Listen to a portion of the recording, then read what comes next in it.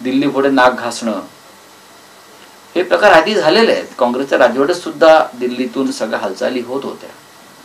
पण स्वतःला शिवसेना म्हणून घेणाऱ्यांनी, स्वतःला बाळासाहेब ठाकरे यांचे अस्सल वारसदार म्हणून घेणाऱ्यांनी अशा प्रकारची विधानं करणं, खाजगीत असतील बाहेर असतील किंवा जाऊन त्या दिल्लीतल्या राज्यकर्त्यांसमोर झुकणं, हे महाराष्ट्रासाठी लज्जास्पद आहे.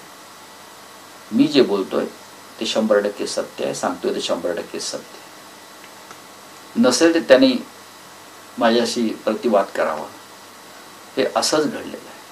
नाही, पण राऊत साहेब, शिंदे यांचे सहकारी आणि मंत्रिमंडळातलेही सहकारी संजय शिरसाट यांना इन्कम टॅक्सने पाठवलेली नोटीस, स्वतः त्याची कबुली संजय शिरसाट यांनी दिली आहे.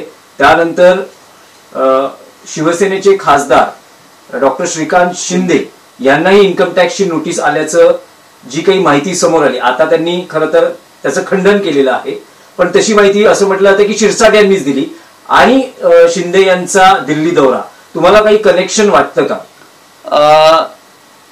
शिंदे यांच्या जवळच्या काही लोकांवरती भविष्यामध्ये नक्कीच कारवाया होणार आहेत. त्या प्रकारचे अस्सल पुरावे केंद्रीय तपास यंत्रणांच्या हाती लागलेले आहेत आणि यापुढे त्यांना वाचवणाऱ्या शक्ती दिल्लीमध्ये कमजोर होताना मला दिसत आहेत. शिंदेपेक्षा दिल्ली जास्त मला माहिती आहे आणि केंद्रीय तपास यंत्रणांच्या कामाची